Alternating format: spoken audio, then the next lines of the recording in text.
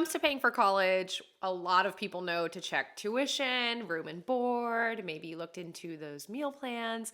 These are common costs that a lot of families and students dig into.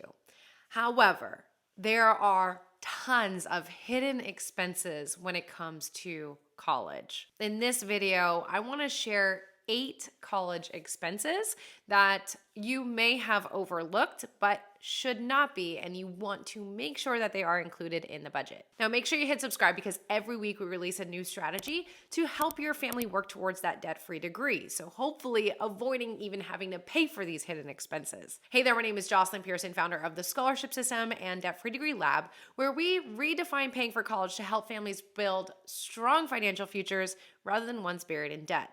Part of that is just simply being aware of the expenses so that we can maybe avoid them or reduce them or get them covered with other kind of money than debt.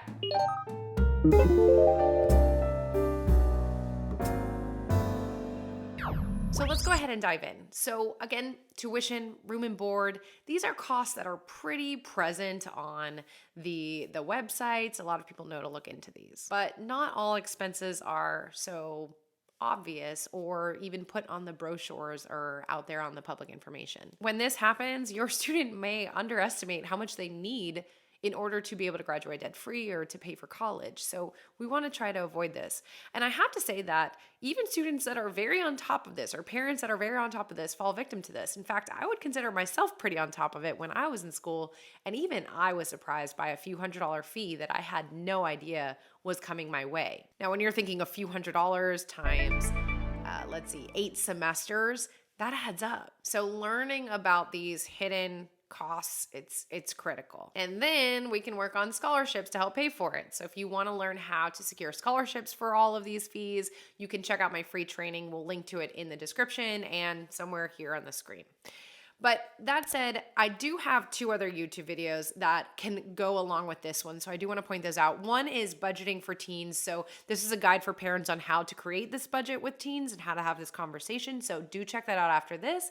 And second is financial literacy with teens. So this is all about managing that money. So you may think, well, this doesn't have to do with scholarships, but managing that money, budgeting the money will go a long way as far as letting those scholarships last, maximizing that money and keeping those costs down. So it really does all go together. Now, again, the link to my free training as well as these 2 YouTube videos, they should have popped up, but they'll also be in the description. So let's get to that list. So the first one is course materials and supplies. So sometimes specific classes will require specific items just for that class. So most students know that they'll need a specific book, but sometimes this goes beyond it. For example, maybe they need a specific calculator for the class. There might be things like pencils, pens, highlighters, Scantrons, even with the whiteboards, there's clickers so that you can choose, they kind of put a question on the board and your student has to select an answer. So it really can vary class to class, professor to professor. The second one is a big one, and this is transportation and parking. When I was in school, parking was hundreds of dollars a semester. So this, again, can add up to quite a bit. Now, many students can get around campus completely free using the public transportation. And for me, I actually highly recommend that at least for freshman year, if not freshman and sophomore year. But really trying to leave the car at home as long as possible can save your family a ton. But that said, we want to make sure that we know of these expenses for parking passes. We need to budget a little bit for those parking tickets because they're going to happen, kind of dings, car insurance, you name it. Now, even if your student doesn't necessarily bring a car, transportation may cost something as well. Maybe there's a bus pass that they'll need, or if they're in a big city, maybe a metro pass. So some kind of transportation cost should be factored into that. Okay, the third one is our Greek dues, or Greek expenses. So if your student is deciding to join a sorority or a fraternity, a lot of people think of those dues because they're very expensive, but there also may be requirements such as they have to live in the sorority house or fraternity house, or they have to throw parties or support charitable causes, have specific attire for gatherings. The list goes on. This experience can be a fantastic experience, but it is certainly an expensive one. The next one is above average credit hours. So if your student decides to take over 15 credit hours. Typically full-time is 12 to 15. So if they decide to go over that, maybe 18 or 21 credit hours, some schools include up to 6 classes, which is 18 hours. Some schools only go up to 5, so 15 hours. So if your student is doing more than the typical 5, they may see an extra fee on their bill there. Now, beyond just taking extra classes, there could be extra credit fees as well. Say, for example, your student doesn't pass a class, or they have to take summer classes, they have to redo a class.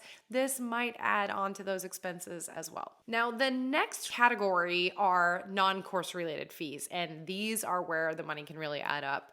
There can be technology fees, lab fees, orientation fees, printing, healthcare center. There may be, we had to pay a fee for our gymnasium because we had a really nice one, so kind of an facilities fee. The list can go on. These universities have really figured out a way to, I don't want to say nickel and dime, but break out a lot of costs that really can be surprising to families. Now, the 7th one could be paying the bill. So these are fees that are actually part of how you decide to pay the bill. So if your family says, okay, we want to avoid student loan debt, we can cash flow this, but we need a payment plan, the school may charge a payment plan fee. Or perhaps your family wants to put it on a credit card and then pay it off, get the points or something like that, then there could be a credit card fee. There will be a credit card fee. Now, just a side note here, if your family is considering using a credit card, please don't ever do this unless you are not going to pay any interest. So if you're going to pay it right off, but as far as doing that as a long-term solution, the interest rate is going to be insane, most likely, compared to borrowing the money. So I just wanted to point that out, that I am not recommending it. But if you have, for some reason, a credit card as part of this, just know that there usually is a fee there. So these bill fees can be surprising to some families. Now, the 8th one is clothing and laundry. So when it comes to doing laundry, it can add up. I remember showing up with little quarters. Now I think they can scan cards, but either way, it can get pretty pricey to do laundry. Maybe your student lives close to home and they'll just bring it home. But if not, then that will be something that you will want to put in the budget. You'll also want to consider detergents, for example. So again, a little bit of a budget line for this. Now I'm going to add a bonus one, but this isn't usually a problem, but I do want to cover it, and that is scholarship taxes. So in this case, I do want to say that your student has to be in a pretty good situation if this is something that they have to face. Now, before I get into it, I do want to say that scholarships, no matter what school year your student is in, they should be applying for them. They can help cover all of these different fees in different capacities. So a lot of times the scholarships are just sent directly to the college and they say, just pay the bill. And if your student has excess, then they will receive what I call an overage check. This is actually the situation I got into. I got more money than what the bill was, which is amazing. That said, if your student is truly making money with scholarships, there is a big excess, then they may have to pay taxes on it. So that could be a surprise. Now, if they have a part-time job, a lot of times they even out. So for me, even though I had an overage check, I did have part-time jobs. And so the taxes kind of just wash each other out. So I never actually had to pay in taxes, even though I got overage checks. But that said, you will receive a tax form, your student will, and that will have a summary of any scholarship dollars and the bill. So if they have excess, this could be a surprise as well. All right, now again, that's a pretty good situation to be sitting in if we have college totally paid for. But if you want to learn how to get those scholarships that I'm talking about, you can check out the free training somewhere here on the screen, or in the link is in the description. Now, comment below, were there any surprise expenses that you found that I didn't mention? Let us know in the comments. I would love to hear them. That way other families can be prepared as well. Okay, so that said, college is expensive and we are pretty good at checking tuition, room and board, the big things, but a lot of these little expenses can be overlooked and they can add up. I mean, with this list, we're talking about thousands of dollars a school year. So please make sure that you are accurately projecting what it's going to cost so that your student knows what they need to get in scholarships, hopefully, and not student loans. And that way you and your student can work towards that debt-free degree.